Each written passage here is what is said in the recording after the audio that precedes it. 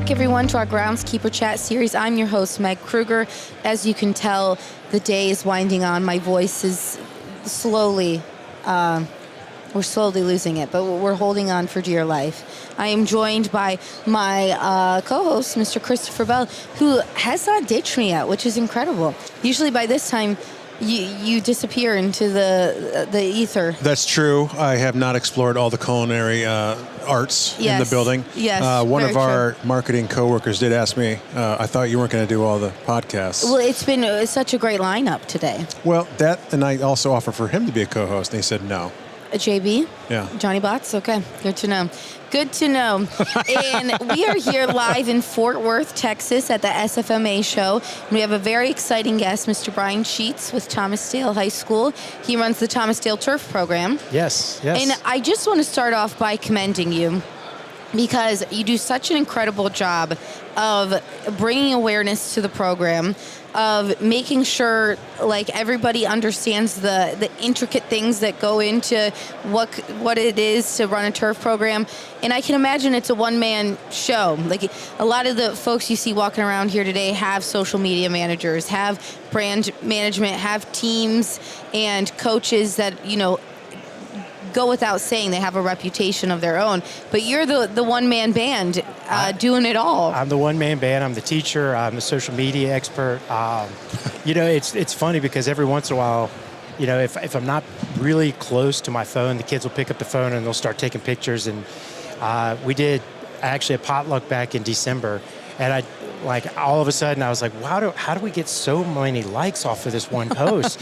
And like one of the girls in the program like picked up my phone and made a post, and then all of a sudden started liking other people, and like I was like, these kids and their social media is just insane. That's got to be another thing on the syllabus, is running the social media program. Absolutely. We have a great relationship with our AA baseball team in Richmond, and we're talking about that a lot because we're always posting. And you know, James up there was like, we need to do that. We need to put one of the kids in charge of it. Yes, yes. But I need to make sure I can still oversee what they're doing. Yes.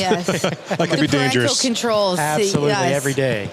No, it's very cool, and you also do such a great job of tagging Pioneer, which I wonderfully appreciate. Well, thank you.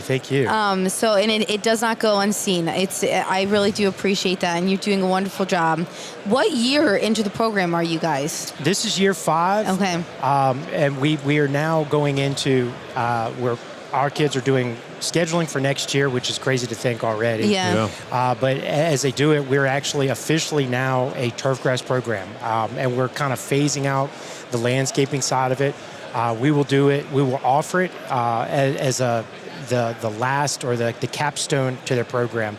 But now we go turf and advanced turf, which is one of the pathways in Virginia for the Virginia Department of Education. So that's really cool because now they're getting a career credential as well. So they're getting their Virginia pesticide license with that. Really cool.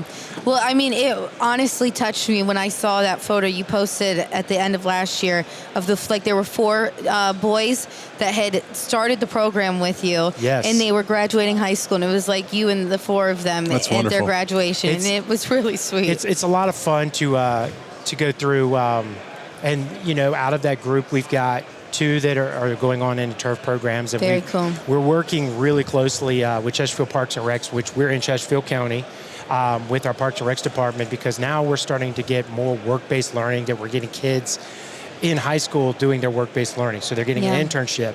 And then when they turn 18, if they want to stick with it, they're going on full time. Yeah, so and cool. that's full benefits, everything. And I'm like, this is a great opportunity. You know, our Parks and Recs, like I said, minor league baseball here in Richmond has been phenomenal. We've got a lot of great community partners that are giving our kids opportunities. You know, at a high school level, that's super important because the pressures that these kids have at high school, they don't have to say, this is what I want to do. They can kind of try out a job as an internship and find out, I really like this, I want to pursue this, or maybe I need to shift directions. Yeah, no, it's you know, they have that model in Europe, I think, where it's like that 5th year of high school is that career exploration where you don't have to declare a major when you're 18 years old and start taking student loans out. They have that whole extra year built in. where you get to do that career exploration and really figure it out. But programs like this is that built into, into that curriculum, and it's such a cool thing to watch, and I'm sure from your end it's super rewarding as well. Well, and the great thing about our program is our superintendent for our county was very supportive. I went to him when he was still a high school teacher, and he said, we're going to do this with a comprehensive high school. So we can start in 10th grade. We started at 9th, and it was a little bit of a struggle just because a lot of the equipment we use, they're just not quite ready to handle that kind of equipment yet. So we go 10, 11, 12 grades now. And it's great because if you are going into a tech center, or if you're doing that last year of exploration, that's only 1 year. This is giving us that opportunity that they can really test drive for 3 years and really grow with it. And that's where the career credentials and competencies really help out, because now they figure it out and then they can go try work-based learning. Yep. And it's great. It's a great no-brainer. model. It's a no-brainer. Well, and so what's your background? Like, were you in the turf industry, or were you maintaining the fields at the school? Like, how did this come on your radar where you're like, okay, and the next step is now to bring it to the students? So my degree is actually in music. Okay, very cool. It's funny because there's are you the music teacher? I do work with the marching band, believe it or not. That is the main, like, they're probably some of your biggest headache on the turf as well. You're bringing absolutely. them. That's hilarious. So my DSA, my athletic director, I'll get a text from him like, hey, can the marching band work on it? Or I get a text from the band director, which I'm very close with anyway. Hey, can we use the field? And I'm like, yes, but we can only be on it for this amount of time. Yep. But my degree is actually in music. I taught music in Chesterfield County for 19 years, actually. Huh. But then I also owned my own landscape business on the side. Okay, very cool. And my bread and butter was nutrient management plans and doing chemical applications. Okay. So I did that for probably 10 years before I got into this. And then as my kids were going through, I was on our board of directors for our local Little League. Okay. And I did fields and I did safety. And at that point, I'm like, there's a lot of fields out here that just, that are in ill repair, I guess you could say. And it wasn't that anybody didn't know what they're doing, but it's a recreational field that just gets a lot of use. Yep. And so that's when I was like, wait a second, there's a whole industry out there. And then I started kind of going more towards sports turf.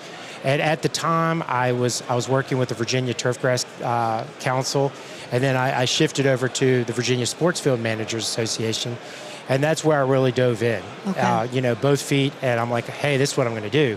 Well, because I already had a teaching license, and my teaching license was pre-K through 12, I added the endorsement in landscape technology, and it just made sense. I was like, hey. And at that time, I had been working on our baseball field at Thomasdale for about 3 years. And it was just a natural transition to like, hey, I can actually teach this to these kids. And, our very first year, we went from having roughly 30, 35 kids to now we're at 100 kids. Wow. So cool. So just in that 5 years, the direction that we've gone and kids have bought into it. And it's like every other school. You do surveys, you do everything. I don't deal with any of that. Yeah. It's word of mouth. Our kids are like, you need to take this class. Yeah. Oh, so cool. And, with this, like we said, with social media, but the best potion we have is a kid telling another kid, hey, you need to do this. And, I don't have to do surveys. I don't have to do anything. The kids do it all for me. I love it. So cool. And correct me if I'm wrong, but you guys you've won some recognition from SFMA, correct? Yes. So we actually won in 2023. We won a VSFMA Field of the Year. Okay. Yes. Yes. We're up. We've got 3 years in a row that we're Pioneer Fields of Excellence. We're actually January for the Pioneer calendar baby. this year. Wow. So incredible. Do you want to pose with that afterwards? You in the calendar? Yes. Needless to say, the Pioneer calendar will not go beyond January this year in my classroom. I love it. And then this year, we actually won for 2025. We won the SFMA Field of the Year for sporting grounds. So cool. And how cool that is, even if these kids don't go on to become turf managers, but that is like an accolade. You know what I mean? They were on a crew. They were on on a team that was able to accomplish something at like a national level. It's really, really something special. It's so much fun to watch too. From the day that we start with the class on a practice field and we set a string line, and they have competitions on who can tie the quickest slip knot and pull a string. And then when you offset a string and you go down the line, and they make it super competitive. Yeah. And if you can't paint a straight line, they're going to give you a hard time. Oh, I love gosh. it. It's crazy. And actually, Charlie Connor is our Pioneer rep in Virginia. Charlie has been around forever. It is a phenomenal rep. He comes out to the field, he's like, how do y'all paint such straight lines? I'm like, we've got kids that take this serious. Yeah. And, a lot of them too, we get a lot of kids into the program that would not be, what you would think your stereotypical, field manager. Yeah. And they come to a football game, or they come to a soccer game, or a field hockey game, or a lacrosse game, and they're like, I did that. Mm-hmm. They take ownership in it. And that pride. It's so cool to see how excited they are. Like they'll come up to me, I'll be standing on the track for a game or something, they'll yell my name, and I'll wave at them, I'll go over and talk to them. But then you'll hear them talk to their friends. They're like, well, you see those hashes? I did that. You see those numbers? So cool. I did that. Or when we do a logo in the end zone, I painted that. Mm-hmm. They just take such ownership and such pride. Mm-hmm. It's so cool, of this generation of kids that are so in touch with social media and having a device for them to take ownership of something is such a cool thing to see. Yeah, well, and then to just be an advocate for them or an ally, especially when a lot of the narrative around next gen coming into the workforce it can be very negative. So to have an adult who's like, yeah, I believe in you, and I think and I know that you can work your tail off is a very important thing for a young kid's, fundamental development. Absolutely. The big thing is, and I don't know, like my favorite TV show, my kids give me a hard time. My favorite TV show is Andy Griffith. I think Andy Griffith is the greatest show that's ever been made. And I think it's the biggest thing is because, you have that comic relief with Barney Fife and all, but like how much grace they show in that show. Yeah, and that's I true. think that's where we miss on so much now with kids today, like that grace of like, hey, we might not have done that right or the way I might have done it, but let's think of it doing it this way. I mean, and that's the biggest thing is, with our program, you're going to make mistakes. And for us, we're dealing with paint, we're dealing with dirt, and we're dealing with grass. It's going to grow back. You can drag it out, and you can go out with a bucket of water. Like we don't go out with the Graco machine without a bucket of water somewhere. Yeah. And they know to carry the water and start scrubbing that line if they do something. I mean, and if you look at times, when you're painting a football field, there's sometimes an arrow on the side of the 50. You're like, that shouldn't be there. And they're out there with a bucket of water.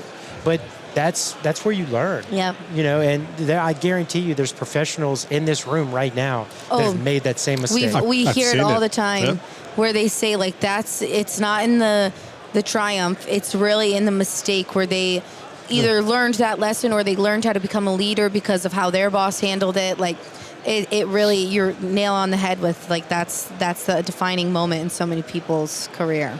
Yeah.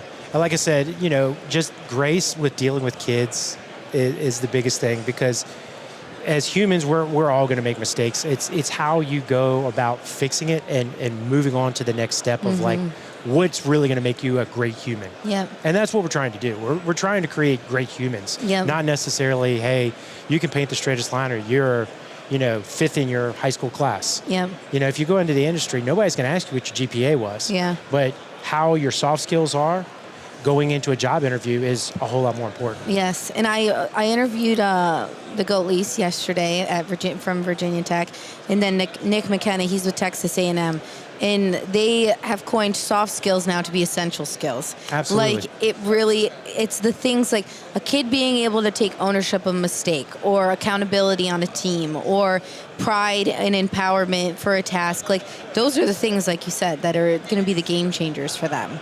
I had a student 2 weeks ago. I guess it was 2 weeks ago. We had just gotten back from winter break. He said, can I drive? I said, sure. I'm like, you have to be 16 to drive the equipment. And he has his learner's permit. He pulled right in the gate and we heard, pow. I'm like, no. Oh, no. pulled in, and the Gator had a flat tire. It literally looked like the state of Virginia. Nice. Like it was like a triangle. Like, hey. I go, well, that's unfortunate. Because a couple of other kids are like, you can yell at him? Like, it's a mistake. Yeah. He just went too close to the gate. There's a bolt hanging out, popped a tire. So the next morning, he comes in during kind of our homeroom time. He goes, Mr. Sheetz. And he kind of has this little smirk on his face. He reaches in his pocket, hands out a wad of cash. He's like, I got to pay for that tire. I'm like, no, we're paying out of student activities fees. He's like, no, I made the mistake.